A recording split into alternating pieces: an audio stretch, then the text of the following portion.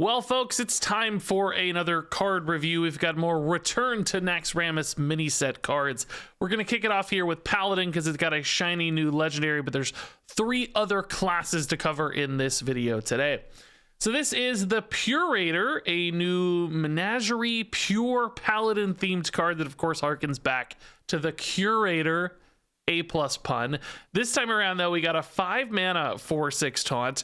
And the battle cry here can be pretty nuts. If your deck has no neutral cards, draw a minion of each minion type. And currently for Paladin, that's actually up to 7 possible minion types in the Paladin class set. A few of those are going to be rotating out. And of course, you don't necessarily want to run just everything that you can. But I think pretty realistically, you could build a tempo-y or mid-rangey deck utilizing the PURATOR, where he's very reliably going to draw you something like 3 to 5 cards, which of course is really efficient when you've got it on a stick like this. Not the most exciting play, of course, is a 4/6 taunt for 5 mana, but if you're using this as a reload tool to draw you 5 more cards for a second wind in a given game, that could actually be really powerful. We're going to see even a minion in this video here too, to fill in sort of the undead side of things with a really nice early game aggressive sort of minion. We've also of course got dragons and mechs both in this video, but those are both really strong lines for Paladin in the Menagerie world. And then a card like Light Ray is actually dual typed for elemental and beast, so a single Light Ray, or you know, both of them in your deck, but that one card in your deck can fill in 2 slots for the PURATOR if those are in your deck. And of course those are also pure synergy cards as well, so you've got, you know, this ability to maybe like draw a bunch of stuff and then dump a couple Light Rays and some awesome mechs and dragons, following up on the PURATOR to recover any tempo that this guy sacrificed. So I can really see a deck coming together that's running, you know, mechs and dragons and maybe an undead here or there, a few different sorts of cards, just curving out, doing that aggressive-y, tempo-y Paladin sort of thing. If it doesn't quite get there on the first push and it needs another wave of threats, you slam the PURATOR, you draw a bunch of cards, and you get to go again, basically, with even more boards. That sounds pretty reasonable. That does seem a little slower than the current iterations of Pure Paladin. They're playing pretty fast with all of this Divine Shieldy stuff. But in particular, these kind of straight up honest minion-based strategies tend to do really well post-rotation when the pool of cards is smaller, and Paladin's not going to be losing its mech or dragon synergies in particular, so those could really help power a more board-based strategy, perhaps post-rotation in particular in April with the next set. For now, I don't know if I believe in PURATOR quite as much. I don't know if I trust this to get there at the moment, but I think there might be a window for this card, you know, in the next couple months, basically, because it is just ultimately really, really efficient drawing this many cards. It's just checked a little bit by that conditionality. So you do have to build your deck in a really specific way to make this guy feel good. Now, talking about some of these other cards for Paladin, let's jump over to Goldwing, a 4 mana 3/5 mech and dragon with Rush and Battle Cry. If you're holding a mech, gain Wind Fury. So if you're fusing these 2 different minion type decks together, then Goldwing has a pretty nice payoff here with the Wind Fury. Of course, that could be something that helps you trade into a couple minions on board, a little bit reactive, and leave behind a nice little threat, because Wind Fury can hit face pretty hard if the opponent doesn't deal with it. In particular, in Paladin, a class that can buff cards really reliably. Imagine how scary this could be if you give it extra attack with Wind Fury. That could be a ton of lethality bundled into this card, making it a must kill of sorts for your opponent. And if you do play this while ahead and you're not able to utilize the Rush that successfully, it is nice perhaps that Wind Fury could still make it worth it, just forcing your opponent to just, you know, at all costs deal with this thing, lest the Wind Fury smacks them in the head too hard, too often. Now, you know, looking at the kind of mech and dragon package together, they don't look perfect together, but it's just kind of piles of minions. And like I just said, sometimes post-rotation in particular, piles of minions and clean, good curves are often enough to be competitive. So I'm a little bit hopeful for this stuff. It's weird looking at this card. You know, I think a lot about like Knoll. Wildpaw Knoll has been a 3/5 with Rush that's really good. Is spending 4 mana on a card like this too expensive for modern day Hearthstone? It does feel that way a little bit, even though you have this Wind Fury upside. And then you also have to ask, how often is this going to whiff? Because when it whiffs, spending 4 mana on a 3/5 rush is going to feel really, really bad. I just don't think that's going to be worth it. So there are definitely some concerns and downsides on this card, trying to squeeze all of this together. Also, there's just a lot happening at the sort of 3, 4, 5 mana spots already in both of these packages, so it's got to compete against its very own peers in the world of dragons. Although I will say, with the recently buffed 3-drop dragon, that does open up space a little bit, the Time Warden, and that's another way to give this thing Divine Shield as well, which with Rush and Wind Fury and Divine Shield, that's going to increase its ability to take clean trades, preserving its health, and then also, you know, making it even harder to deal with, making that Wind Fury perhaps even more threatening. So there are some nice lines if you hit them, but how consistently you're going to be able to do that is the question. And then next up here, we have the Knight of the Dead, a big old 3 mana 5/5 undead with Battlecry, deal 5 damage to your hero. So if you play this early on, it's going to come at some cost of your life, as we've seen already with some of the Paladin stuff right now. It's not too big of a sacrifice. Paladin is often willing to do that in order to just win that early board advantage and start leveraging all of those nice sticky minions. And although this doesn't have Divine Shield like many of those cards, it does have a lot of health to work with early in the game. So it's probably going to be hard for most opponents to deal with this early on. So it's probably going to connect some great trades, or more likely even just hitting the opponent in the face. And then if you do happen to draw this a little bit late, don't worry. You don't have to worry about hitting yourself, because after 7 mana with Mana Thirst 7, this is going to restore 5 health to your hero instead. So you can actually use this for a little bit of survivability late in the game. Probably still not going to be super excited to play a 3 mana 5/5, but it's nice to know that you have the option without it risking just killing you because you're too low. So that does open it up a little bit. And in particular, you know, if you're drawing it late in the game off the Purator here, for instance, it's maybe not going to be as much of a risk or liability to exist in your deck. And it is one of the best undead options to fill in for Paladin. They really don't get a lot of undead cards. In fact, is this the only undead card? Now that I say that, it might actually be the only undead card available for a Purator build, because oh no, there's the Sinful Sous Chef as well from Castle Nathrius. That's also a good undead, but you could in fact probably see both in this style of deck. So I do actually like this card pretty well. I think it's just big enough. You know, usually we've seen like 3 mana 4/4s in this slot. 5/5 is that next upside, and the downside here isn't really all that big of a downside, I think, in most scenarios. So yeah, Knight of the Dead looks pretty solid. All right, so next up here we got Demon Hunter cards hot off the presses, starting with Calamity's Grasp, a new 1 mana 1/2 weapon with Death Rattle at a random outcast card to your hand. And I like this one a lot, actually. I think it's a great way to just get things rolling. Demon Hunter often likes hero powering early. This helps you do that, helps you set up any sort of attack based triggers or synergies, and then at the end of it gives you some nice value back in hand. So we've already got a bunch of outcast cards hanging out in Demon Hunter, and I think they're really close to being quite good, particularly post rotation. Seems like outcast could be the foremost way to play Demon Hunter. And having this as an extra way to get some fuel in hand is really, I think, quite nice. You could even try to time that final attack to line it up as a playable outcast if you think you're going to have enough mana for whatever card it might be. So might be something that's useful to use right away, or just create some fuel for the outcast fire. So this just looks like a nice little efficient weapon that does great Demon Hunter-y things. So next up here is the Shambling Chow, a new 1 mana 2/3 undead with Rush and Death Rattle, deal 4 damage to your hero. So a bit like Zombie Chow here, but you're taking the damage on this one. But you've got Rush, which is insane. So I think number one, just playing this out on your own as a 1 mana 2/3, that's really not bad. You got a nice sticky minion, start hitting the opponent in the face. And then sometimes if your opponent's going first and they play out their 1 mana 2/2 or whatever, the Shambling Chow is just going to clean it up and leave you with that nice board advantage very early. So this feels like the perfect kind of minion to get going in a game early for more aggressive decks. The 4 damage downside here won't be particularly significant if you're trying to be more aggressive. Now, on top of that, I like that the Rush here, I think, makes this card even better later in the game, too. Not better than on turn 1, but it's nice that it's also good late in the game. Unlike a lot of 1-cost cards where you're just playing them down for stats, they don't do much on turn 4, turn 5, turn 6. The Shambling Chow might still enable you to take a little swing on board, clean something up, finish off a minion with a trade. So the fact that it has Rush is both useful on turn 1 sometimes, but makes this a better filler minion later on as well, which can be important. So you're not just playing down a bunch of dead stuff. So all in all, this looks powerful, flexible, interesting. I like the Shambling Chow here a lot. And then finally for Demon Hunter, we have the Fell Scale Evoker, a 6-mana 5/7 Demon and Naga dual type.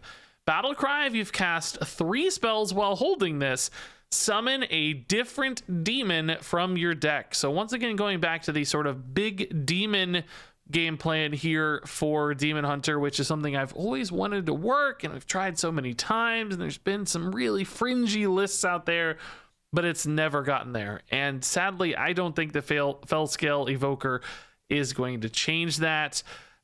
6 mana feels like it's coming along just a little bit too late. I like that it's getting you a different demon, so you can maybe try to manipulate it into getting you something really big. You maybe don't have to commit your entire deck to that game plan, but ultimately just big piles of stats and stuff isn't really going to cut it, I think, on turn 6. Too many other decks are turning the corner towards their real game plans, have accrued removal, and so on. So the conditionality here is also kind of annoying, because if you don't draw this in time, it's just going to whiff, which feels really bad. So I don't even know this would be broken without the conditionality, and then having to cast 3 spells sometimes is just going to kill this card and really delay it. So ultimately, this is not the card I think that gets big Demon Hunter into a good spot. I just don't think this is powerful enough for that. Unfortunately, it just feels slow and clunky, and I'm kind of sad at a lost opportunity on this one, because I think I'd have a lot of fun trying to make big Demon Hunter work one more time. So moving over to Mage, I love this card so much. It's gonna be so much fun. That said, I also think it's gonna be really bad, but that's okay. It's all right if cards are bad if they're fun, right? This is Tear Reality. It's cool art and cool effect. 4-mana arcane spell. It adds 2 random mage spells from the past to your hand. They cost 2 less. So this is that old Toki effect we used to have way back in the day. What set was that even from? I guess Witchwood, right? Because she's a Witchwood card, where you get a card from the past, a card from Wild format. Actually, yeah, Toki, here we go, from Witchwood, add a random legendary from the past to your hand. In this case, it's going to be spells instead, but any Wild format cards are available here for Tear Reality. And the problem with that is that it's an enormous pool of spells. It is just an absolutely outrageously large number of spells available now that have rotated out of standard format, which means this is going to be incredibly inconsistent. And they've added this discount here in order to say, hey, look, you need some upside, right? Because a lot of these spells are going to be so random, they might be hard to utilize. But I maintain that 2-mana discount is not enough. Frankly, a lot of old cards, if they were printed today, would probably cost 2 less anyway, just because their power level is notably lower, of course, than cards made today. But also, you're sacrificing any sort of synergies or reliabilities. For instance, can you put this in an aggressive deck? No, because you might get really slow, awkward spells. Can you put this in like a control-y, grindy deck? No, because you might get really fast, useless spells that are too low value, and you've spent 4 mana. Keep in mind also, there's a lot of really low-cost spells that, are 1 mana anyway, and discounting them by 2 is not going to feel all that noteworthy. So basically here, you're spending 4 mana on a bunch of random garbage that's slightly discounted. And yeah, of course, it pays back the 4 mana with the discounts, but only if you're playing the cards and happy to play the cards. And in the meantime, you're making this big old sacrifice, spending the 4 mana up front. So look, again, I think this is super fun. I will love playing this in standard. I love the idea of some Casino Mage shenanigans. There's a few cards here that support the style of play synergistically as well. But ultimately, it's just too random, and the results are not going to be worth it a vast majority of the time. So I just don't see any decks seriously running Tear Reality. It's going to be left for memers like me. So moving on, I'm not sure it's going to get much better for Mage here. This is the Whirl Weaver, a 3-mana 4/3 elemental Naga with Battle Cry. If you've cast a spell last turn, discover an elemental. So potentially a bit of a value generator here. I like the way mechanically this fuses together both elemental and Naga synergies. You've got the last turn stuff from elemental, the spell stuff from Naga. But at the end of the day, I don't really think anybody's going to be that excited to discover an elemental. Certainly looking at the pool of elementals right now, absolutely nothing jumped out at me. arguably like a Vexilus, trying to get some extra Vexilus or something, but why do you need two of those? Usually one is going to be enough to end the game if that's your game plan anyway. So nothing really seemed all that exciting. This card, you know, it's somewhat efficient, but we have so many other 3-mana Discover a Thing cards. This has solid stats for that, but ultimately I think you'd almost rather discover a spell for Mage a vast majority of the time. Of course, if some elementals come along that are insane and there's some elemental deck, this could add some consistency there, but that seems pretty far-fetched at this stage, and still yet you'd probably just want to run a card that more directly supports that than something like the Whirlweaver. So yeah, at the end of the day, I just don't really know why this card's getting played by anybody. It's not inefficient or bad necessarily, it just feels a little awkward for the class. And then finally for Mage, we have the Spectral Trainee, a new 3-mana 1/4 undead. It reads, after you cast a spell, deal 1 damage to all enemy minions. So this is a little bit of a way to leverage some of your spell casting into a board clear. So, you know, unlike something like a Flame Waker that lived in a similar mana spot that could go face and could also deal with boards, this is limited specifically to boards. Now, of course, it does go much wider per spell than something like a Flame Waker. If your opponent had, you know, a board of 3/3s, this could wipe out all 7 of them with only 3 spells. A Flame Waker would not be able to do that well. But on the other side, this can't ever go face at all, and that makes me really sad for a card like this, because Mage often has great ways to deal with wide boards. There are freezes, there are board clears, and I don't know why a spell spam deck that's casting a bunch of spells necessarily needs to add in a card like this. You could maybe see this in like an Arcane Bolt world where you've got the Arcane Discounter and a Spectral Trainee, and you want to go face while, you know, dealing with the opponent's board. It's certainly a possibility. It's a high output card, like it puts out a lot of numbers for only being 3 mana, but it feels like more of a card that demands a lot of extra support and pieces to make it worth it. So if you're playing multiple spells, they have to be cheap somehow. You have to use a bunch of resources, and you need enough mana potentially to make it worth it. Like if you got 3 spells at a board of 3/3s, you got a 6 mana play because you got to play the trainee and then your spells or something to make the spells cheaper. It's just hard to get all of that going together in a single turn. And I feel like there's going to be these, you're always going to kind of be chasing the size of the minions. So, you know, if you play this on turn 4 with a 1 mana spell, 1 damage is not going to be enough to clear everything, right? Because the stuff's going to be bigger. If you play this on turn 5, you got maybe 2 spells if things go perfectly, right? Things are going to be too big. They're already too big. It's like, okay, maybe it's 8 mana and I got 5 spells, and it finally kind of makes sense from a breakpoint standpoint, but then you're not excited to do that. So it's almost like because you have to pay the 3 mana to get this going, it's just going to be too high of a tax to keep up with the sorts of boards that you might need to deal with. So to me, again, it looks a little bit clunky. I'm having trouble envisioning the shape of a deck that is excited to do this while spamming a bunch of spells.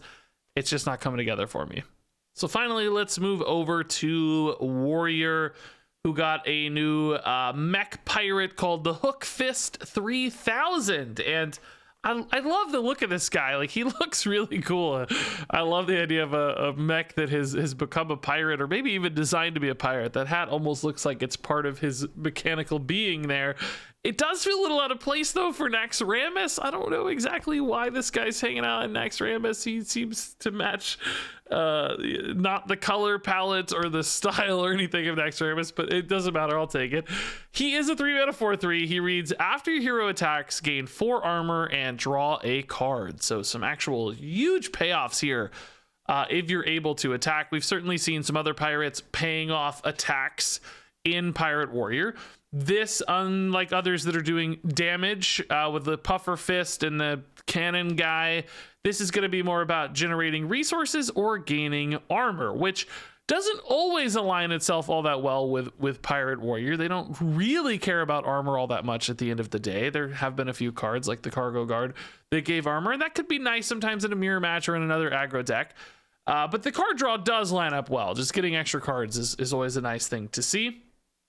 Now, also, though, I think this card could enable something I've always wanted out of the Pirate Warrior package, which is to play it a little bit more control-y and use the Juggernaut as this like grindy value piece in quest pirates that are playing a lot slower and more defensively.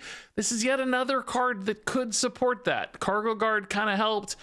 Maybe between multiples of these, it's actually a possibility to play a long-term pirate build. That's what I'm most excited for here with the Hook Fist 3000. Ultimately, I don't think that'll be very good, but it does sound pretty fun. Now, that said, ignore the fact that this is a mech or a pirate for a second, and let's just talk about this card generally in a control deck. I actually think it's more exciting in that regard. Being able to run sometimes cheap weapons can be nice in a grindier deck, a control deck like that, a slower deck, because you want to keep up with the opponent's minions early. You got a weapon to do that, and then you play a weapon on 2 or 1, and then you got your Hook Fist on 3, and it's suddenly rewarding that weapon with additional life gain and a card, which can feel really good. So I actually could see this being a card in a control deck instead of in a pirate deck, just as a way to get some resources and a little bit of life back. And it's one of those things that the opponent really has to deal with, or it will start to snowball out of control. So you can kind of flip the script and put an aggressive deck on the back foot a little bit with a card like this one sometimes, as they feel like they have to deal with the Hook Fist. So, this card just does a lot for a 3-mana card. It does demand that weapon synergy, but that has historically not been an issue for Warrior at all. We want that 2-mana Fiery War Axe back to really make this guy amazing, but I'm sure if not immediately, at some point in the near future, Warrior will have some great cheap weapons that enable this card rather nicely. So next up here, we've got yet another taunt synergy play for Warrior. They are just not giving up on this taunt package for Warrior, which look, I want it to work, so I'm kind of hopeful, but I'm not convinced it's going to stick. This is the Flesh Shaper, a new 6-mana 3/8 undead with Taunt and Battle Cry. If you have 5 or more armor, summon a copy of this. So when that armor condition is met, you're getting at a base 2 3/8 taunts, which frankly isn't too bad for 6 mana. That's a lot of health for decks to work through. And then if you do have any sort of hand buffing synergies, or if you draw this and double its stats, for instance, then you're talking about, maybe a 6/16 times 2, or whatever other various hand buffing stats you might have, Lorthamar shenanigans, etc. This thing scales really nicely with buffs is the takeaway, and that's great. That is the kind of thing I think these Taunt Warrior decks need. But number one, I'm a little bit worried about that condition. Sometimes if you're playing from behind and try to stabilize behind a wall of taunts, if you're playing things that are buffing this, are you actually going to have any armor when you play this? Sometimes the opponent's way ahead and whittling you down, and it's hard to get the armor when you need it. So did this need that condition? Number one, perhaps from a balancing standpoint, it might, but it does make it, I think, a lot less reliable, which is unfortunate.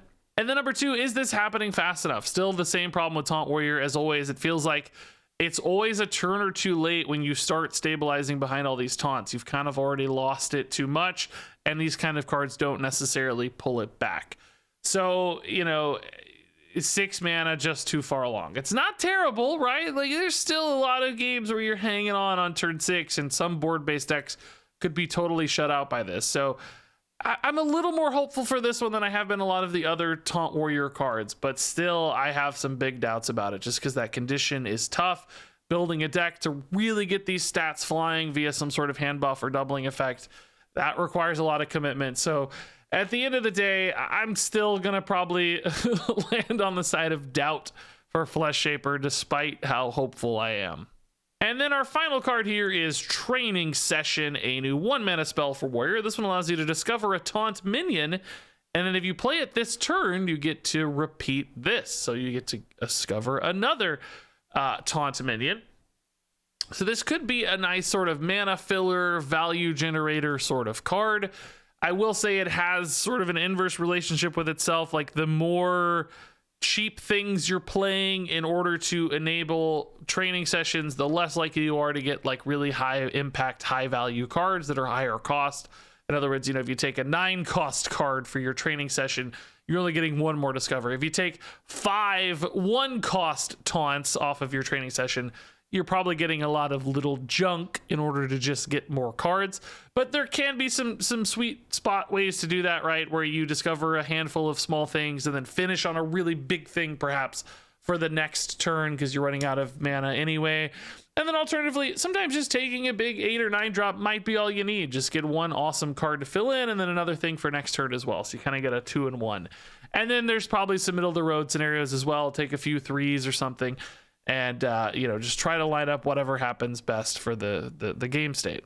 Happens to be best for the game state. Now, that said, though, if you look at, like, the taunt pool available in Hearthstone, there's a lot of really bad, awkward taunts that are just super situational or just don't feel that useful. And I think that is going to hurt this a lot. Discover always helps because you can pick the best of 3, but I know that even sometimes picking the best of 3, sometimes the results just aren't there. Sometimes the mana costs aren't what you want. And a lot of decks are just going to have more directed game plans that have plays that are reliable instead of trying to see what's in the box and hoping that the box has enough good stuff to save you. So I do worry there that Training Session is going to lack the consistency that you need in most decks. It's an unreliable value bomb in a game where there are a lot of other ways to generate value and do so in a more exciting way. So my feelings are this card probably doesn't get run much in decks itself, though occasionally, you know, discovering this, generating it, it's going to be an important card to exist. You know, I got it off my other Discover effect, and that created a chain of stuff. I think that'll be a pretty exciting opportunity sometimes when you're digging for answers, but I don't think you're going to want to run this one too often. The PURATOR is a 4-star card. Goldwing is a 3-star card. Knight of the Dead is a 4-star card. Calamity's Grasp is a 4-star card. Shambling Chow is a 4-star card. Fell Scale Evoker is a 2-star card. Hook Fist 3000 is a 4-star card. Training Session is a 2-star card. Flesh Shaper is a 2-star card. Spectral Trainee is a 2-star card. Tear Reality is a 1-star card. Tear Reality is a 2-star card. And there you go, folks. That wraps it up for this review. I think tomorrow will be the final review for the mini set, as far as I know. So stay tuned for that one. Share your thoughts on these cards below. Thanks much for watching. And until next time, game on.